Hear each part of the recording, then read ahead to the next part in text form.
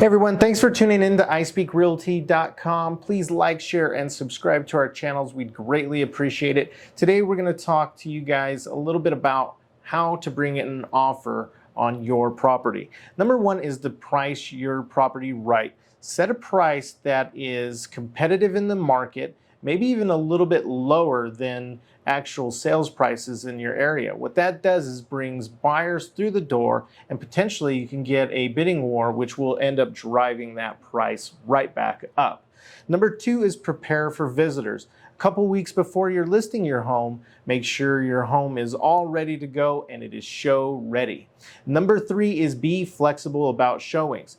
There's sometimes where we get calls and buyers want to see it within the next 30 minutes. You may even get a knock on your door that they want to see it. If that happens, let your realtor know. We'll get them qualified. We'll make sure that they are ready to actually preview your home and make an offer. Number four is anticipate those offers. Get ready to review offers as they come in. As your realtor, we will net out each offer that comes in and explain to you all the different nuances between offer one, offer two, and offer three. Number five is do not refuse to drop the price of your home, especially if you haven't gotten any showings within the first 30 days. That means that buyers are noticing that your price is high.